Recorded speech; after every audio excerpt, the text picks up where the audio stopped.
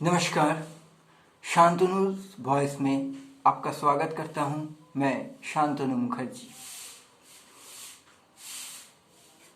देखिए, कोई हारने के लिए खेलने को नहीं जाता। कोई भी टीम या कोई भी प्लेयर हारने के लिए मैदान में नहीं उतरते, लेकिन एक टीम तभी जीतने का जश्न मना सकते हैं जब दूसरा कोई टीम उसके खिलाफ जो खेल रहा है वो हारते हैं।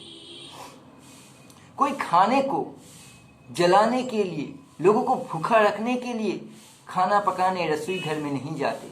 फिर भी कभी कभी ऐसा होता है कि खाना खाने के लायक बनते ही नहीं है या फिर किसी भी तरह से जल जाता है। लोगों को दूसरा कोई इंतज़ाम करना पड़ता है भूख मिटाने का।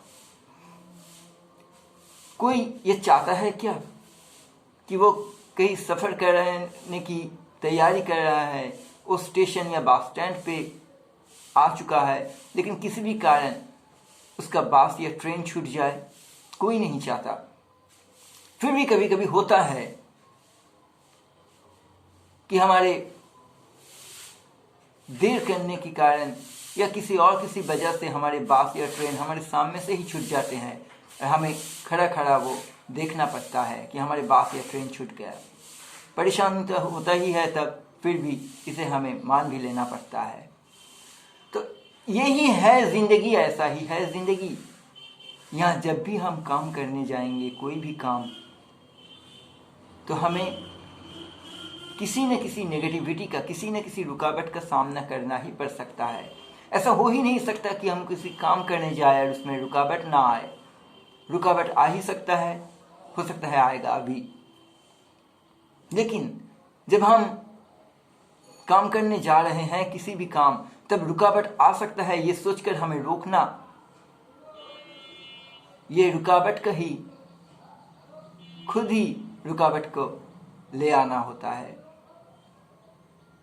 इसलिए कभी भी किसी भी काम करने की जब हम ठान लेते हैं तो रुकावट आ सकता है, ये दिमाग में रखते हुए वो काम करना है। बस रुकावट आ सकता है, इसकी डर से काम करने से खुद को मत रुकिए। बस एक काम ही कीजिए, खुद में एक हिम्मत तैयार कीजिए कि अगर काम के वक्त कभी किसी रुकावट आ भी जाए तो उससे लड़ने की हिम्मत तैयार कीजिए, उससे रोकने की हिम्मत तैयार कीजिए। यही रीत है ज़िंदगी की। इसी तरह से नेगेटिविटी को हम लोग हटा सकते हैं हमारे हर काम से। धन्यवाद।